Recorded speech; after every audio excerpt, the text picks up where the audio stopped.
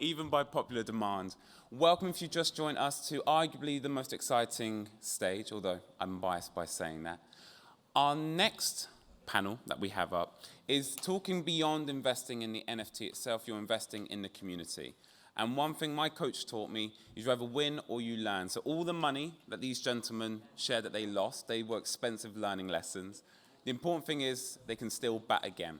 So hopefully everyone in this room are still batting and you're ready to invest in another ecosystem. So on stage now, we have J.W. Ngeow, Will, and Tim. Give them a round of applause. Hi.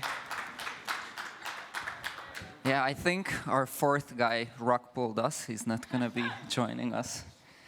Hey, everyone, the morning crowd. I don't know, who else is hungover from yesterday? Quite a few people. Cool. So we had a brief chat before on what we should be talking about in terms of investing in an NFT ecosystem. And it was really interesting, I think, because all of us have quite diverse backgrounds. So investing in the NFT ecosystem means totally different things to us. I don't know, should we maybe start off with a quick round of intros? Who's doing what, how we've gotten to NFTs, what we think NFTs are, and then just not having a moderator asking each other questions. Sure, I can go first. So hi everyone, I'm Jiawen, can call me JW. I'm from Singapore. So 14 hours flight here. I got into NFTs, I got into crypto in 2016, NFTs in 2018. So for most people who got in 2019, 2020, one thing you don't know about the NFT space is that it was the uncool part of the industry in 2018. So, we were the geeks that no one really cared about. My first foray into NFTs was because of Mintable, which is a NFT marketplace, whereby I am a CEO of. Mintable, we have been around for about 3 years now. We're backed by Mark Cuban. We're backed by Animoca. We really focus on being a distributor. For the ecosystem, we focus on sellers and creators. But really, to hone in on the topic here, one thing about Mintable that we don't talk about much is that not only are we an ecosystem, we have a small fund that we've put aside to specifically invest back into the ecosystem in the space. So to date, we've invested in 20 projects. We're still actively investing despite the market. And we kind of see what we're building as a contribution, as an investment to the NFT ecosystem as a whole. And I'm just really happy to be here. I was in NFT.London, and I think one of the things that I kind of saw was kind of missing in the space, I wouldn't say it's completely missing, is conversations about the various sub-verticals of investing, be it a retail trying to invest and get more exposure, or institutions trying to get skin in the game, or even entities and corporates trying to better embrace their corporate strategy and invest in this NFT community. So that's kind of the long and short of me. I'm really happy to be with Will and Timur today. I think they have a lot to share. So I'll hand it over to Will. Good morning, everyone. Thanks for getting up early. It was a struggle for me, and I'm sure it was for some of you. My name's Will. I'm the founder of a brand called Origin Thread. How I came to be here. In 2021, I thought, okay, what would it be like to connect NFTs with clothing?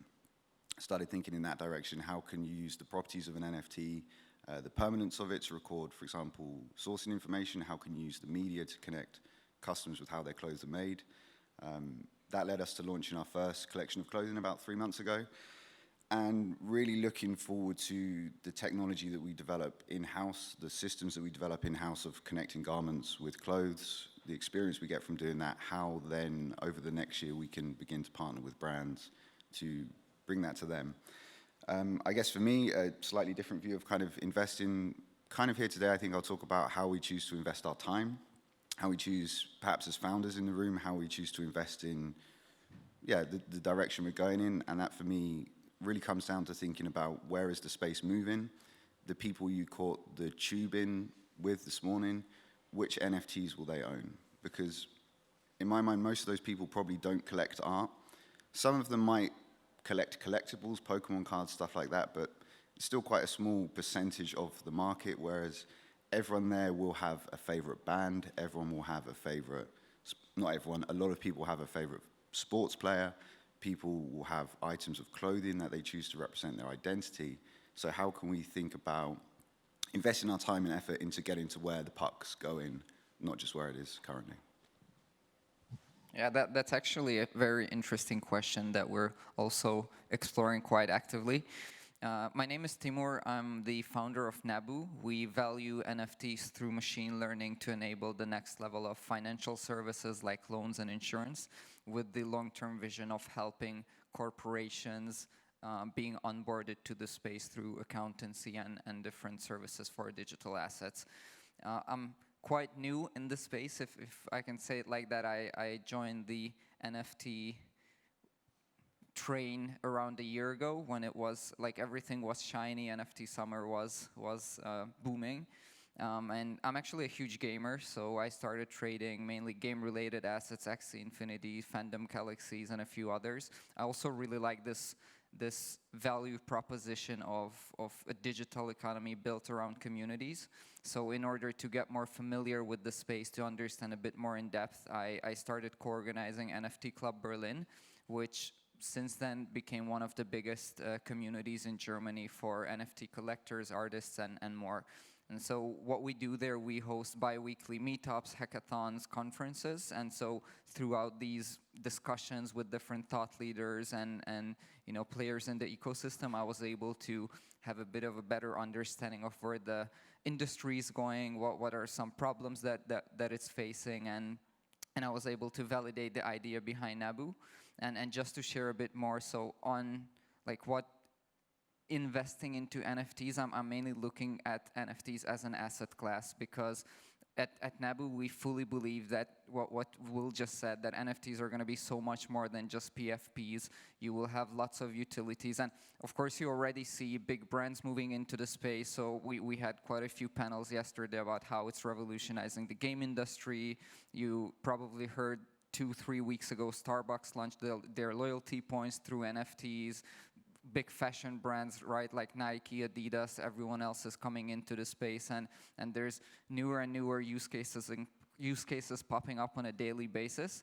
But as an asset class, they're still very immature and hard to use for a few reasons. So on one hand, because of the nascency and the complexity of the space, it's really hard to get into actually investing into these assets, because it's super hard to wrap your head around this. It's not actually just buying an NFT, but you have to understand the whole DeFi part of it, what is farming, staking, and so many jargon that it's not something you understand very quickly.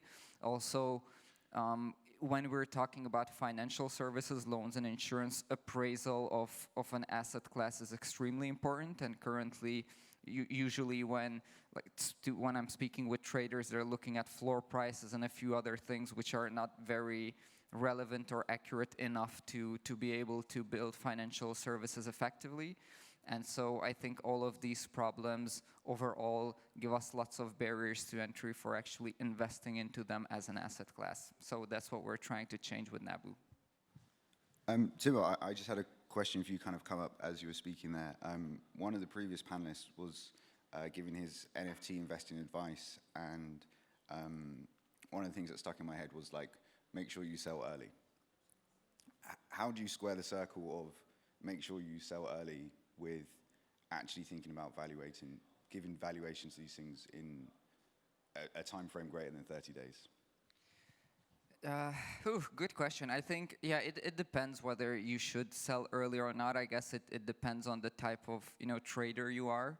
I'm more of a hodler, so I have lots of NFTs that I bought, I don't know, like half a year ago when I entered the space. Obviously, so what we're doing with Ngeow and how we're getting all this data, we're scanning the blockchain and try to understand everything that is publicly available, the metadata, the sales history, bid prices, and everything else. And so obviously the more data you have on a specific project, the longer it has been on the market, the more it has been traded, the better you are able to understand the actual value behind it and where the market is heading. And me being a hodler, I can, and I'm obviously looking at my assets, it actually helps me to understand it further as time passes. Cool. No, that's right. Yeah, maybe I'll chime in. I think I think when it comes to buying, selling, and holding, a lot of times there is a joke, right? You're not truly a hodler or community member until you have lost money on the project and it's too late to sell. But I think for me, I think NFTs have also came to the a stage whereby it is more than financial. A lot of it sometimes is community driven, socially driven, utility or benefits driven, or even identity driven. So for a long time in my life, I have traded and collected various type of NFTs from the blue chips, to the not so blue chips, and if anything, you guys will see that I chose a relatively, I would say unknown profile picture for myself today, and I think this is really where NFT collecting has transcended the typical flex, right? It's easy to put on an ape or a punk, or a penguin. And for various occasions, I do, because of the community events that I'm attending or who I'm representing. But overall, when you start, for this particular, profile picture, this is a Singapore project. It is a fashion collective, and they are championing the local designer scene in Singapore. The project name is Mirror, and I was very drawn to it. I think I own maybe 10% of their supply in total. I just minted as many as I could when they launched, and it just felt so close to home. Same country in the little red dot.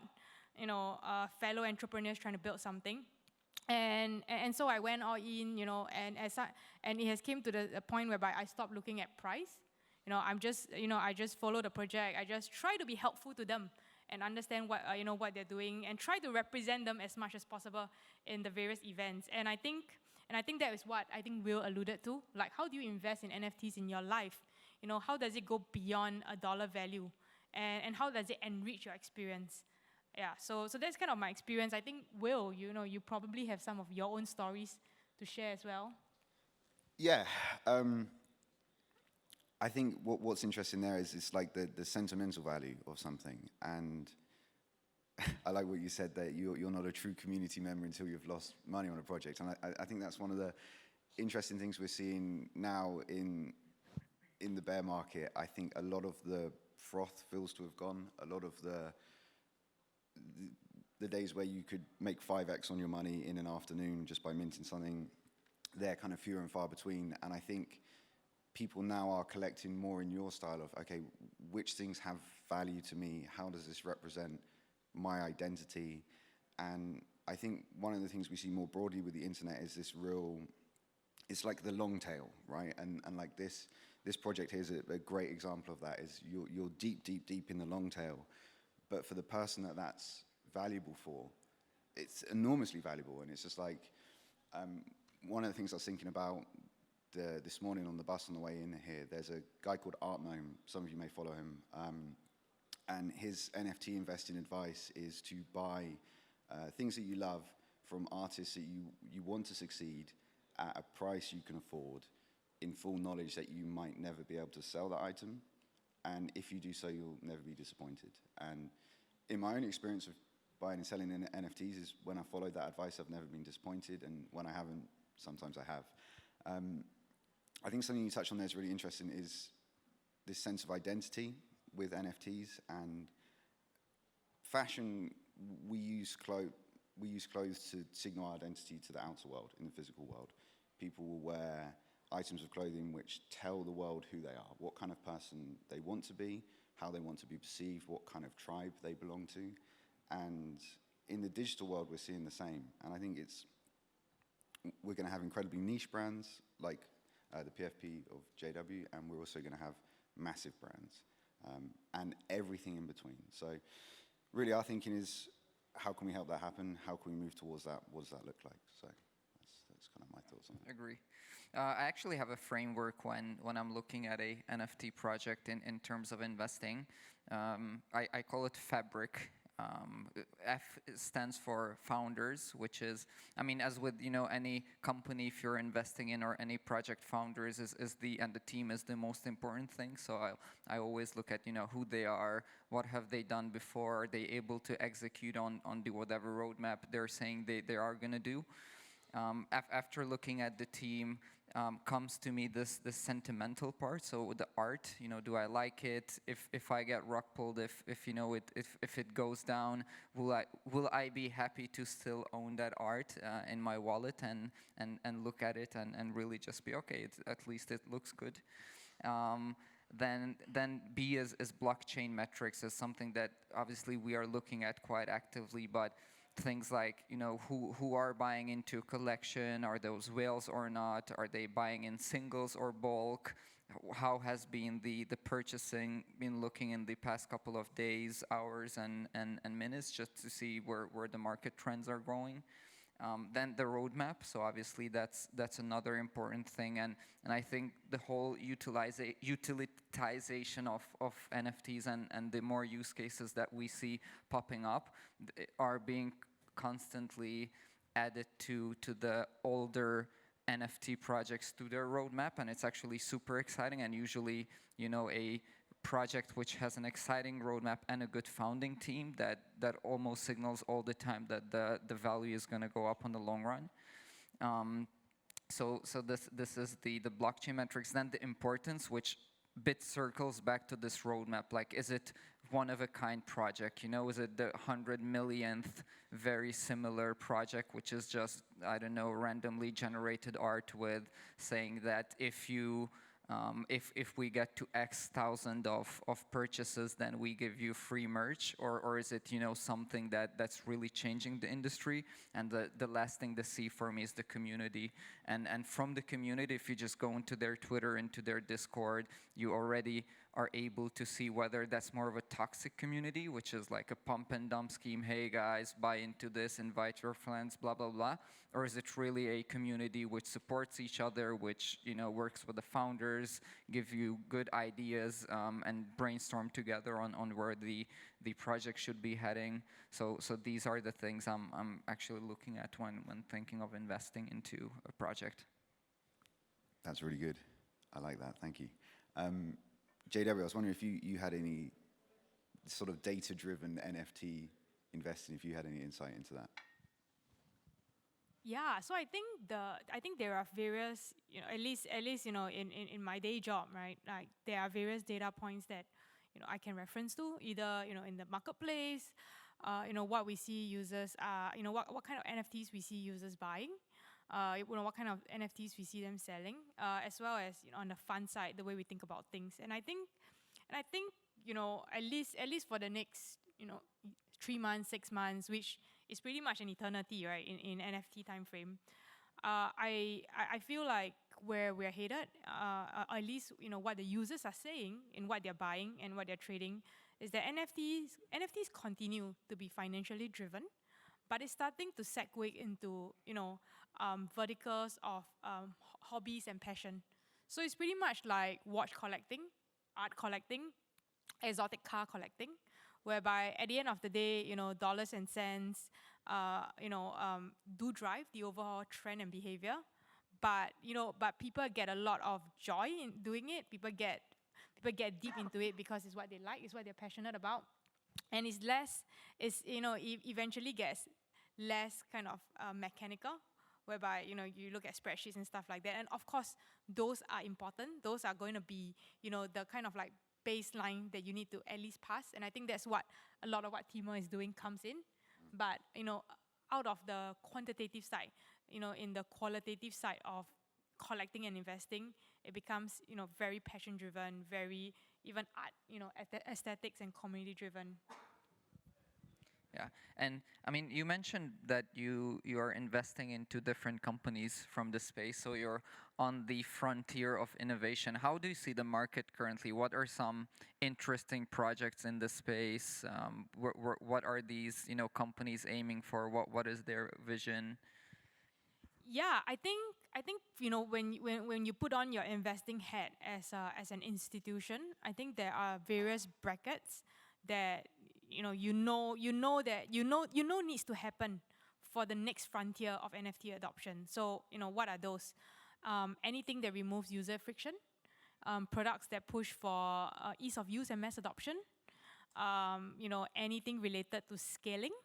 So alternate chain scaling solutions, and then you go one layer up into distribution.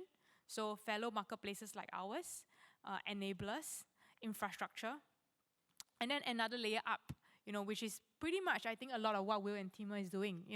Providing insights, understanding users better, giving analytics, adapting to the various emerging needs of the NFT community. So I feel like where we come from, when I speak completely through the investing lens, is really understanding where does capital need to go for the world that we want to see, which I believe, for everyone here, massive NFT adoption. Everybody owns an NFT. NFT is more than $1. A dollar in on OpenSea or our crypto wallet. It is our identity and more.